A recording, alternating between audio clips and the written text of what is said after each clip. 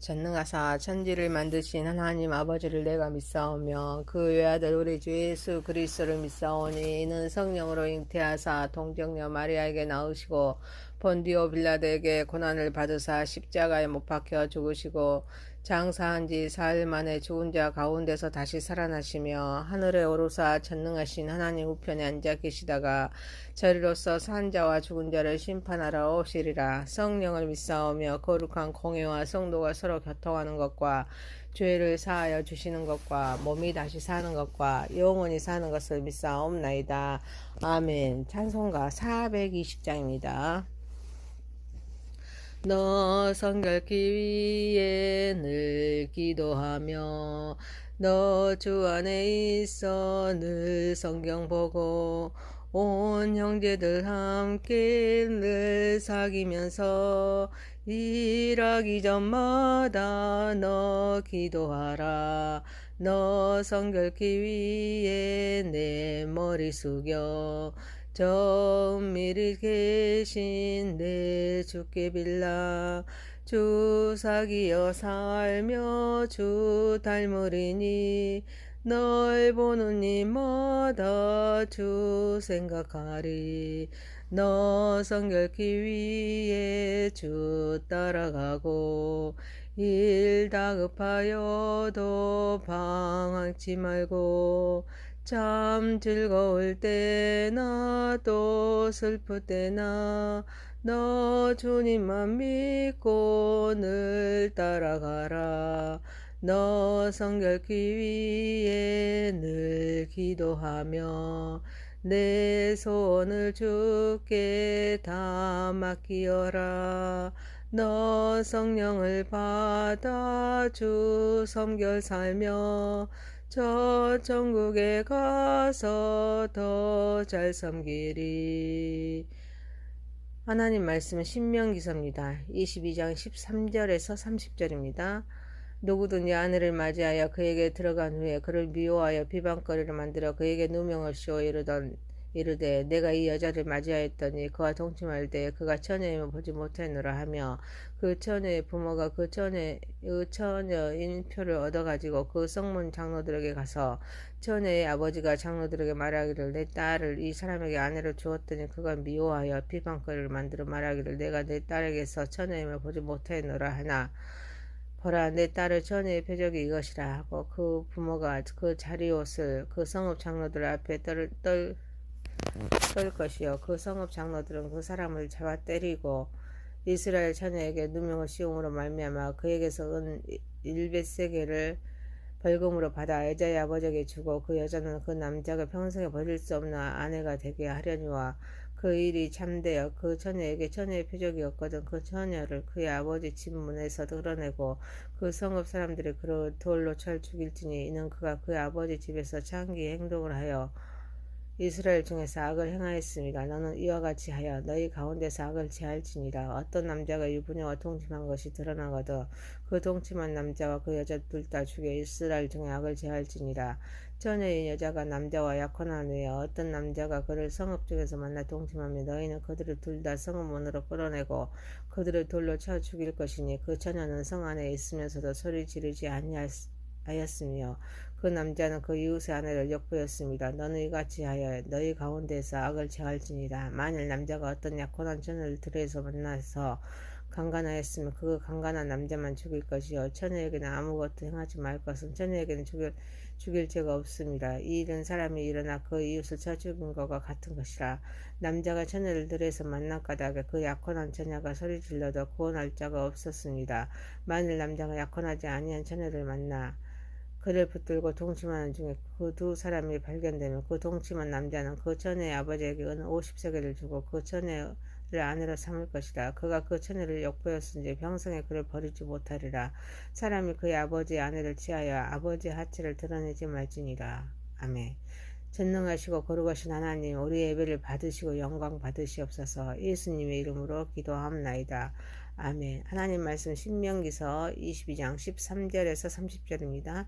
고결한 성이란 제목으로 은혜를 받고자 하겠습니다. 첫 번째, 결혼은 신성합니다.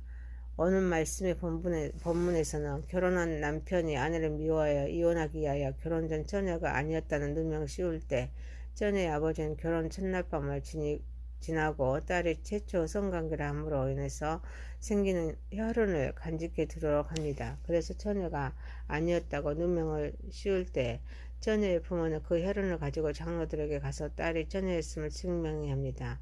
이때 장로들은 그 남편을 때리고 100세겔을 벌금으로 받아 여자의 아버지에게 주고 남자는 평생에 버릴 수 없는 아내가 되도록 했습니다. 하지만 이 혈흔을 가지지 못할 때 여자는 죽어야 했습니다. 그리고 너는 이와 같이 하여 너희 가운데서 악을 제할지니라 라고 말씀하십니다. 우리가 구원을 완성하신 예수님의 신부로서 얼마나 정결한 신부가 중요한지를 말씀합니다. 결혼은 남녀가 한 몸을 이루는 신비한 결합이라고 마태복음 19장 6절에 말씀하고 있습니다. 결혼은 신비한 연합이기 때문에 구원을 완성하신 예수님께서는 교회를 신부라고 하셨습니다. 남자와 여자는 서로 존중하며 하나님 앞에서 동등한 위치에서 인격적인 결합을 해야 합니다. 그런데 결혼을 한 후에 아내가 미워합니다. 아무리 배우자가 믿고 싫어도 공개적으로 비방하거나 누명을 씌워서는 안 됩니다. 이와 같은 일은 배우자에게 상처를 주고 결혼관계에 이어가기 때문입니다. 남녀는 서로를 신뢰하고 사랑함으로써 연합하여서 가정을 이룹니다. 가정은 구원을 계획하신 하나님이 주신 선물입니다.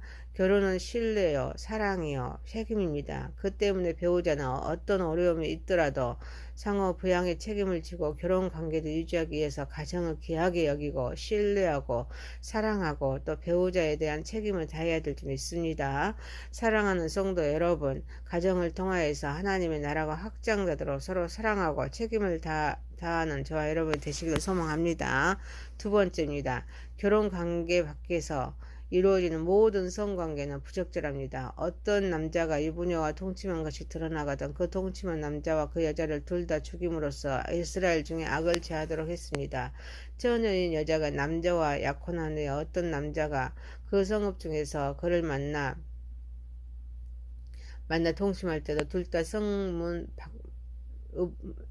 문으로 끊어내어서 죽였습니다. 이는 남자는 여자에게 남편이 있다는 사실을 알고서도 그녀를 범했기 때문입니다. 여자는 남편이 있음에도 불구하고 일반 남자와 성관계를 했기 때문입니다. 어떤 약혼도 결혼하는 것으로 여기기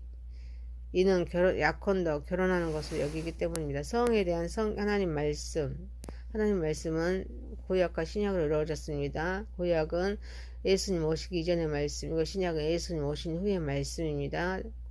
구약은 39권, 신약은 27권, 그래서 66권, 장수라는 1189장입니다. 성에 대한 하나님의 말씀의 성경의 기준은 명확하고 변함이 없습니다. 결혼관계 밖에서 이루어지는 모든 성관계는 부적절합니다. 오직 성관계는 결혼관계 안에서만 허용됩니다. 그래서 여자가 결혼 전에 다른 남자와 관계를 맺었다든지 또는 결혼한 사람이 배우자가 아닌 다른 사람과 성관계를 맺었을 때는 모두 둘러 쳐 죽이게 했습니다. 이는 성적인 순결이 당사자뿐 아니라 가정이 함께 감당해야 할 책임이며 의무라는 것을 보여줍니다.